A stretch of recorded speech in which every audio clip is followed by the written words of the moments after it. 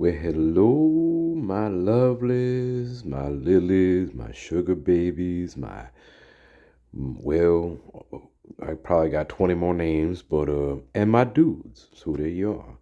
Well, before I get into what I'm going to get into, I just want to say I got 12 follower. They all love Tyrone. I don't know about Master Nature. They don't, I don't know if they like him or not, but I know they love me. Don't matter. So anyway, now, look, what we try to do here is we're trying to get 13 here, ladies and lovelies and lords. 13. Lucky number. Lucky number 13. All right, here we go. This is part one of the coup de grace. So I'm going to give you my rundown of what I think happened. All right.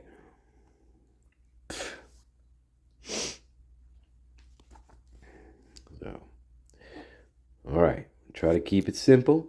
Try to keep it concise. You know, don't want these videos. I mean, whatever. But this is part one. So, where do we start, right? Where do we start? That's the question. Where do we start? Do we start in November of 2022 or do we start in October? That's the first question. Where do you start here? 13 days in November. We're 13 days in. So close to 2 weeks in November when this stuff happens. But you got it. Okay, so the first question you have to ask yourself is 13 days enough time to plan what you're going to do? There has to be some time to plan. Here, this. You're not gonna pull this off. Now, I gotta qualify things here already. I have to start qualifying. How do I put this? This isn't a normal investigation that we've seen. This isn't a normal case. So things that you think would be like a straight line, you have to take with a grain of salt here because this is not a normal investigation. Okay? Now, you can go real far off the deep end and say this was a cover up and you can say all that, okay? Maybe it was. Maybe it was a cover up. I don't know that. So I'm not going to play around in that sandbox. Right? I'm not playing around in that sandbox. I mean, it could be a cover up. I mean, it would explain things. It would explain a lot, but I don't want to get into that territory. I want to go with what I know already, you know. So, but what I know already is that this is not a normal investigation at all. So, all right. So, getting back. So, it's going to take some planning to do this. Now, is 2 weeks enough planning to pull this off? Does that give you enough time? Or does your planning start in October? So that's one question I think that has to be answered first is when does this actually start to, like, when is the person or persons, because in my belief on this case is that I'm going to say that there are 3 perps. Now there could be 4. Could be. But my money right now is on 3. That's where my money is. One of those perps, in my theory, is, of course, DM. She's always going to be a perp in my theory. Always. Because she's, again, we can go through all of it. She's put herself at the scene of the crime. She's the one that sets the action. She's the one that sets the timeline. She's the one that got Kaylee back to the house. Okay, we'll get into that. She's the one that got Kaylee back to the house on that specific weekend. Okay? She lied multiple times. Her stories conflict. Her actions conflict with her story. Her behaviors conflict with everything. Okay? DM will always be a suspect. And she's always going to be the prime for me. That's always. Okay. So she's one. But who, okay. Yes, who are the other two? Big fucking questions here. Nobody knows this yet. The defense is going to work out. The defense is going to try to push one of them. They're going to try to push an alternate. Okay, so that may explain one. DM, but okay, whatever. What DM is, so the defense may expose or try to expose one of the other two. That's what they're looking to do here. Now, DM may be one of them. DM may be the person they're trying to say is the alternate. Okay, that would make sense because she's the prime. Of course. Yeah, you want to expose her. Absolutely. Now, if this was a normal investigation, she would be the prime suspect. Because she has all the hallmarks of being one. She has no alibi. You know, because BK is the suspect on trial, they're what's his alibi? Well, where was he? But DM doesn't have an alibi either. And she's at the scene of the crime. Okay? You don't have to prove any of that. Because she already said that. So with DM, see again with DM, she is the straighter line to what you're trying to figure out here. She's the straighter line than BK is. Because she was already there. She's already at the scene of the crime. That's not a stretch. She was there the whole night, according to her. She was there the whole night. Now, she lied and said, some stuff. Again, that all goes to her being the prime, but I'm saying she's there the whole night. She keeps herself there the whole night. She has no alibi. She didn't say, no, I was with Bethany at the fucking Hobbit Hotel. No, she didn't say that. So, no alibi. No alibi. Okay. No alibi, except the only alibi you have is BF. She's your alibi. That's the only one. That's why, again, BF is the Hobbit mystery. What does she know? What did DM tell her? What? Now, BF could be at a hotel, but again, that's not what we're told. We don't know that. There's no statement on record that says BF told law enforcement that she was staying in a hotel that night. There's no statements for that. So we have to assume that BF was in the house, unfortunately. Even though it doesn't make sense. It makes more sense for her to be in a hotel. Period. It does. But that's not what we're seeing. That's not what we're told here. We have to go with what's black and white.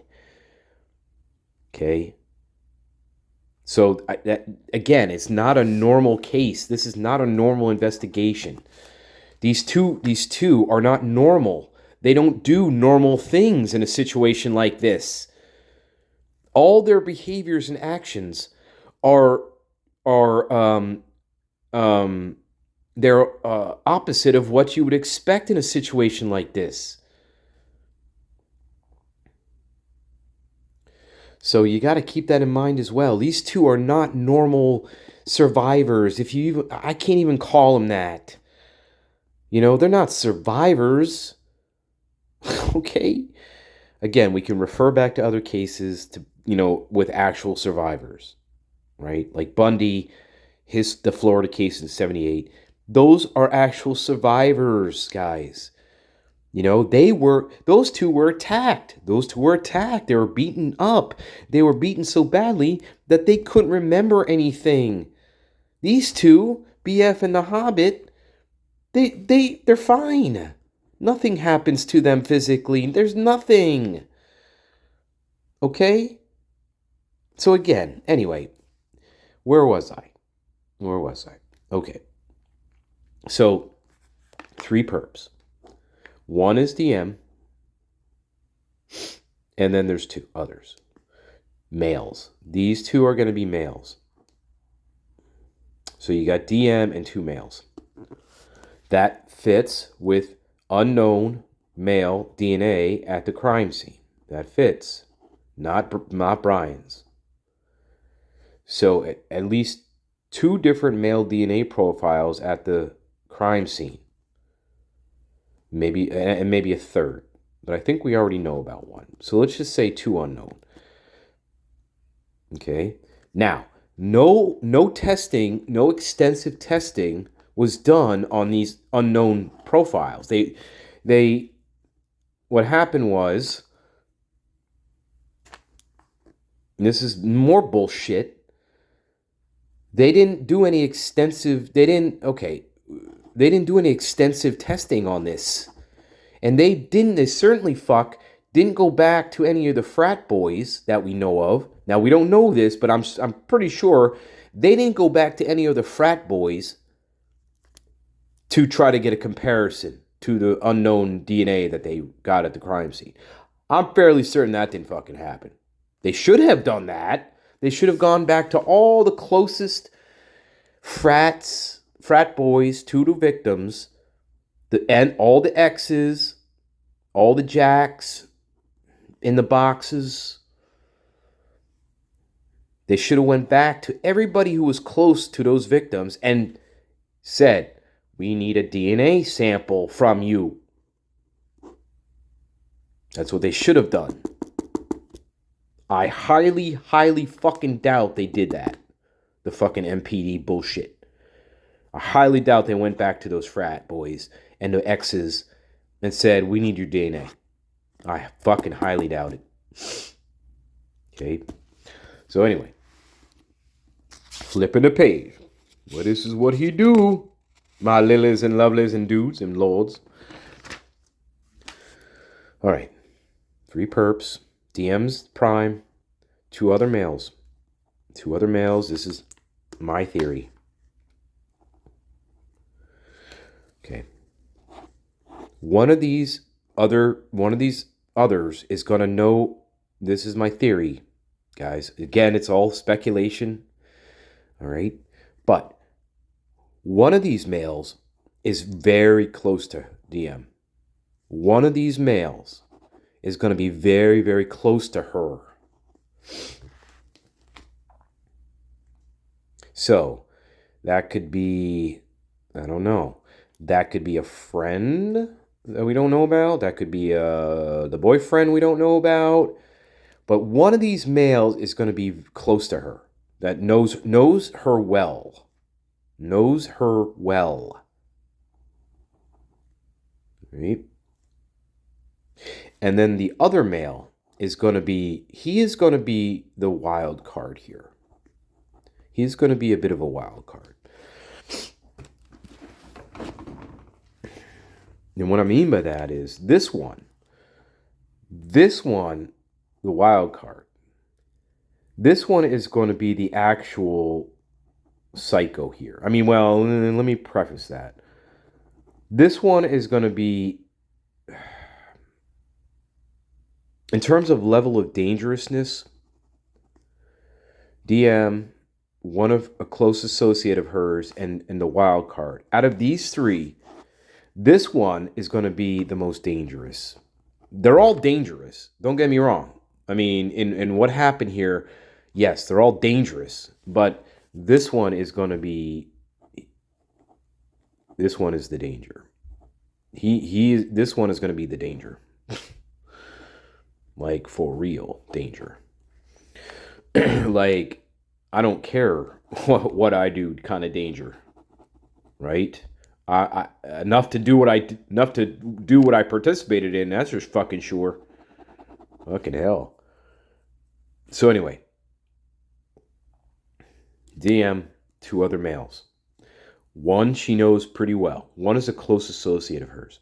The other, now the other one is going to have some connection to the second male here. They're going to have a connection of sorts. Okay, I don't know how strong. I don't know how well the connection is. Okay, but they're going to have a connection. All right. At least some type of connection with the two males. Now, whether or not DM's connection with the wild card, that's a difficult one to ascertain also. But that would explain something, okay? She may not be very familiar with the wild card, the third guy. However, that would explain the 3:51 a.m. contact. Okay? You following me, lovelies? So you're asking yourself, why would Dylan put a contact in her phone at 3:51 a.m. in the morning? Why would she do on the night of the murders? Like right at the time of the murders, she's adding a new contact in her phone. Because that's what we all do, right? When we're in the middle of a murder scene.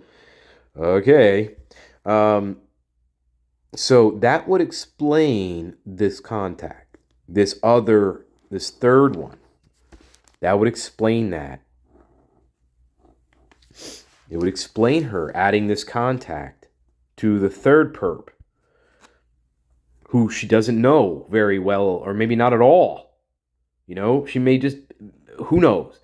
But that would explain her adding the contact, though. Because, fuck, if she already knew who it was, she wouldn't need added contact, right? She already would know them. So that would tell me that the wild card, she doesn't know very well. And that night got a little bit more acquainted with the wild card, okay? Added the contact to communicate at some point. So why else would you add a contact in your phone if you're not going to at some point communicate with that contact, right? Simple logic.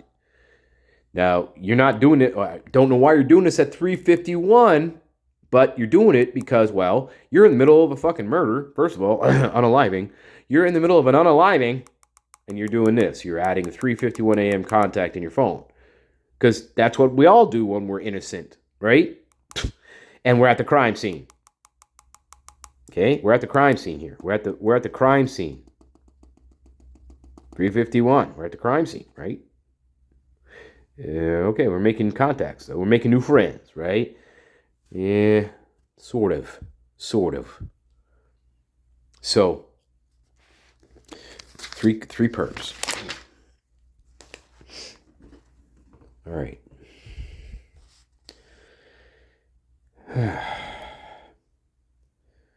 So again, let me go back a bit. October or November? When does the stuff start to plan? When do you start planning things? When? How much time do you need to pull something like this off?